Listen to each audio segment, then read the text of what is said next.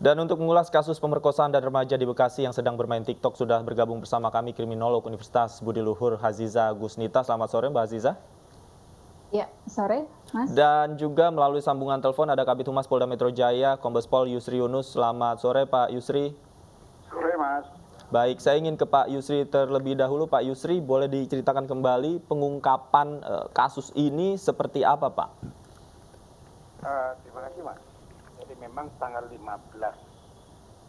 Mei yang lalu ada laporan polisi yang melaporkan bahwa anaknya itu diperkosa dan juga pelakunya melakukan pencurian di kediamannya di daerah Bintara Bekasi Barat, ya, Kota Bekasi. Dari situ kemudian kita melakukan penyelidikan untuk mengejar pelaku-pelakunya karena memang ada barang bukti 2 buah handphone yang berhasil dicuri. Berawal dari situlah kemudian kita bisa menemukan 2 tersangka. Yang tersangka pertama adalah inisialnya RP, ini yang tugasnya mengawasi dan juga yang membantu pelaku utamanya itu untuk melakukan pencurian di salah satu rumah. Kemudian ada satunya lagi ya, saudara AH, ini adalah penadah, tetapi juga ada ikut membantu. Apa yang kita membantu? Yang digunakan untuk melakukan perampokan atau pencurian tersebut menggunakan kendaraan roda 2 milik si AH. Kemudian tersangka utamanya atau aktornya pada saat itu tidak di tempat, sudah kita lakukan pencarian. Inisialnya adalah RTS.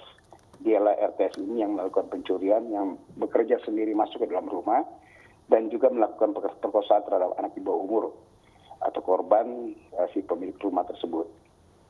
Dari sini kemudian kita melakukan penyelidikan lagi untuk mengejar RTS. Memang pada saat rilis saya menyampaikan juga foto DPO RTS ini. Rupanya dari foto DPO tersebut ada laporan dari masyarakat di sekitar Jawa Barat yang memang melihat tersangka. Baik Pak Yusri, sejauh ini memang pelaku mengincar korban? Enggak, karena memang ini pekerjaan sehari-harinya adalah sebagai ini ya Pak Oga ya. Dan pengakuan dari RTS setelah penangkapan, dia memang sudah 5 kali melakukan pencurian. Tetapi pencurian yang disertai dengan pemerkosaan baru kali ini. Baik. Yang dia cari adalah random tempatnya. Baik Pak Yusri, ini pemerkosaannya memang sudah direncanakan atau seperti apa kronologinya hingga sampai bisa terjadi pemerkosaan? Ya, pada saat si RTS memasuki rumah, sudah dapat sasaran, kemudian memasuki rumah sendiri, diantar oleh saudara RP, dia bekerja sendiri naik dan melihat ada satu plafon yang memang terbuka ya, plafon angin, kemudian dia masuk lewat situ. Sempat 30 menit itu dia menyaksikan, karena pada saat dia masuk, dia melihat ada orang rumahnya yang masih belum tidur. Si korban ini di ruang tamu, sedang bermain TikTok handphone. Sempat setengah jam dia menyaksikan seperti itu. Niatnya adalah untuk mencuri. Tetapi ada kesempatan lagi melihat seorang wanita remaja di situ sendiri dan dia lihat situasi semua ibunya si wanita ini memang tertidur sehingga niat jahatnya kemudian muncul untuk melakukan pemerkosaan. Dengan melakukan penyekapan kemudian dilakukan pemerkosaan dengan ancaman. Baik, saya ingin ke Mbak Haziza. Mbak Haziza, ini mendengar cerita tadi dari Pak Yusri bahwa awalnya sebenarnya niatnya merampok, kemudian terus ada timbul niatan seperti itu, dari kacamata Anda seperti apa ini?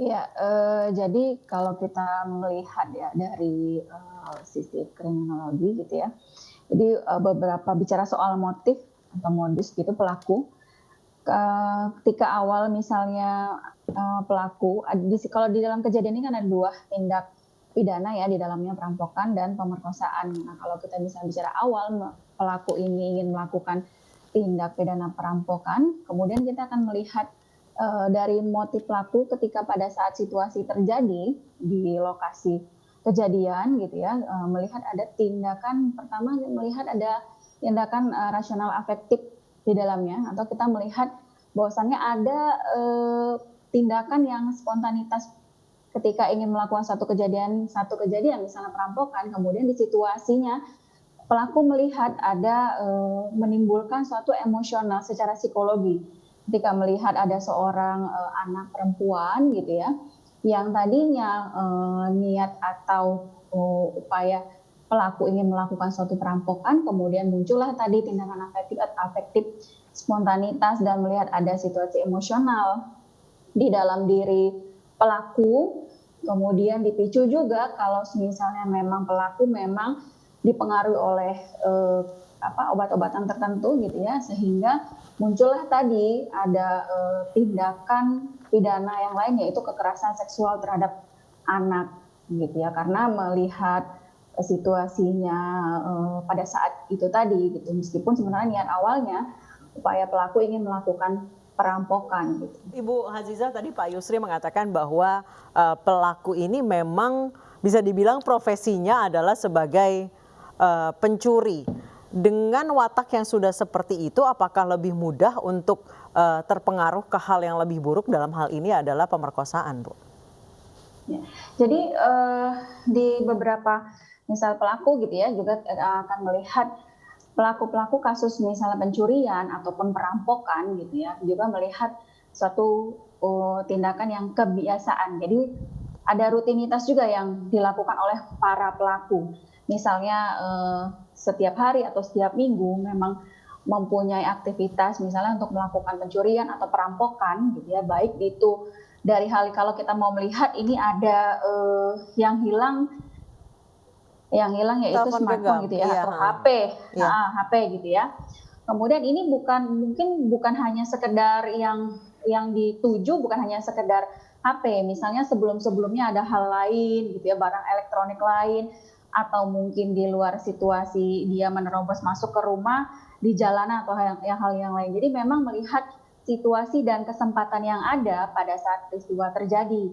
Bisa memang lebih buruk karena memang sudah hal-hal yang memang dilakukan oleh pelaku yang sudah terbiasa dilakukan gitu, bahkan bisa jadi memang lebih, kalau misalnya mereka terbiasa mencuri atau merampok HP, kemudian elektronik lain, dompet atau hal yang lain, maka bisa jadi ketika rutinitas itu sering terjadi, sudah terbiasa, bahkan mereka sudah terbiasa menerima resiko yang lebih lagi, maka situasinya mereka akan mempelajari jauh lebih lagi ketika ada situasi yang seperti ini, resikonya akan seperti itu. Nah, kemudian dipelajari dengan berbagai macam peristiwa sehingga apapun nanti di lapangan, di situasi di lapangan, ketika ada situasi tadi yang mendukung peristiwa lainnya seperti ini ya, kasus ini yang tujuannya tadi perampokan, kemudian ada situasi yang lain yang mendukung suatu tindakan pidana mereka, maka akan muncul lagi tindakan pidana lain yang bisa lebih buruk situasinya lagi, tindak pidananya juga.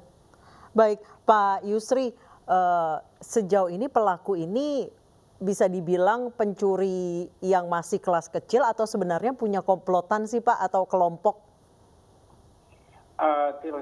Kalau kelompok memang mereka di komunitasnya mereka sesama Pak Ogah ya, karena si pelaku RTS ini baru awal saja, karena baru tadi subuh kita bawa ke Polda Metro, itu sudah pengakuan awalnya adalah 5 kali dia melakukan pencurian, baik itu AC, besi atau lain-lain sebagainya yang dilakukan. Tapi yang disertai dengan pemerkosaan adalah baru kali ini.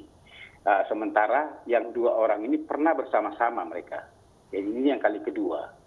Jadi memang mereka berkomplot karena memang komunitas mereka adalah komunitas orang-orang Pak Oga di jalanan itu. Dan memang hasilnya adalah untuk mereka hidup juga, plus juga dengan mereka ini sudah terpengaruh dengan obat-obat terlarang jenis sabu-sabu. Sebagian setiap hasil mereka melakukan pencurian itu dia belikan juga untuk menggunakan barang haram atau narkotika jenis sabu-sabu. Oke, baik. Terima kasih Pak Yusri Yunus atas informasinya. Sebelumnya juga ada Ibu Hazizah Gusnita sudah berbagi informasi bersama kami di Anju Sore. Terima kasih.